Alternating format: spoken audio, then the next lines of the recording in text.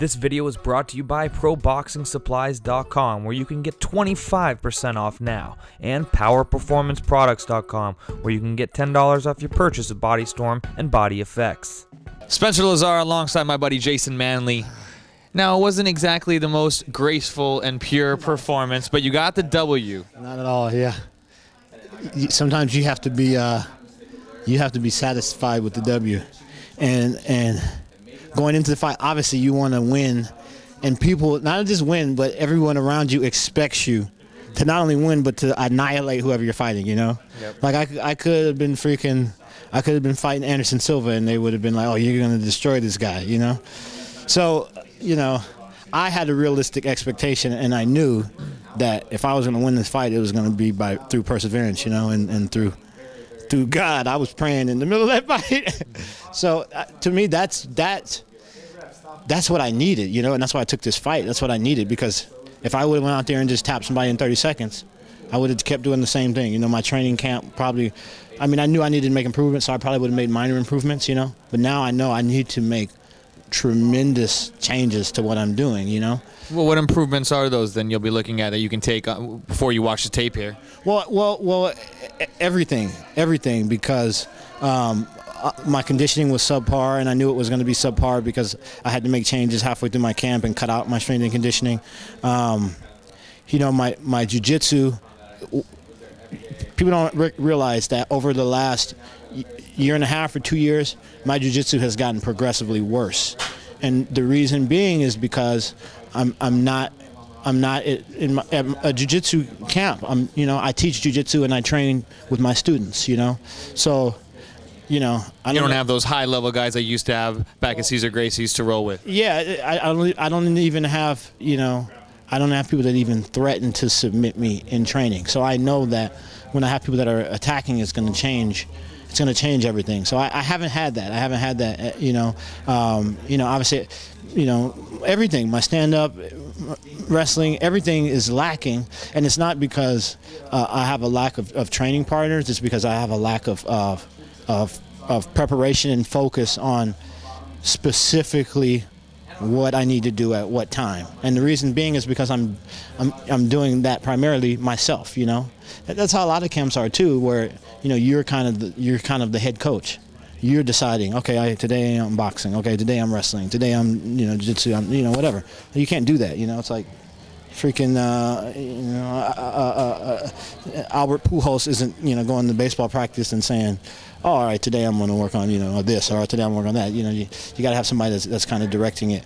So that's a major change. Were you surprised that he was able to get out? I mean, I'm used to seeing you get those leg locks and finish. No, not surprised at all, because the thing is, I know that, you know, when people are determined like that, a lot of times they've already gone into the fight, you know, with the mindset like, okay, I'm not gonna tap, you know, I'm gonna let my leg break or whatever. I'm not gonna tap, you know.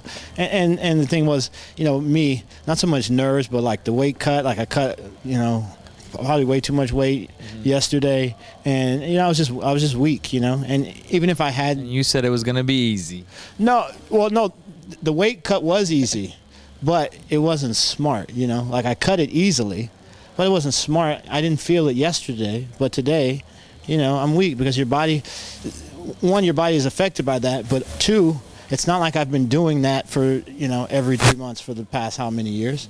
I haven't done it in 10 years. So to do it and just expect, like, oh yeah, you're going to be fine. You put your body through something that you haven't done to it in 10 years, it's going to react, you know? It's like if I went out and freaking, you know, played, you know, around the tennis yesterday, I would be freaking sore as hell today, not because it's tough, but because my body's not used to it, you know? So well, what do you want to do next? I mean, when would you want to compete again, or what do you want to do? Well, I'm competing 2 weeks from now. I'm doing a super fight at the Gracie Open.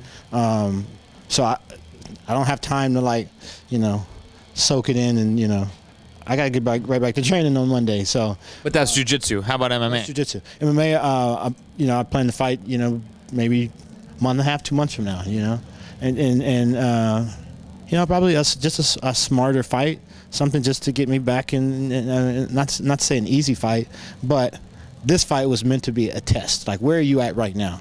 You know, win, lose, or draw. I wanted to know after today everything.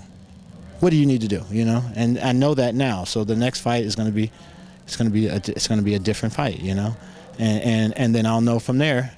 Again, like, okay, every single fight I want to know where I'm at. It's not about winning. Obviously, I want to win, but I need to know realistically. I don't want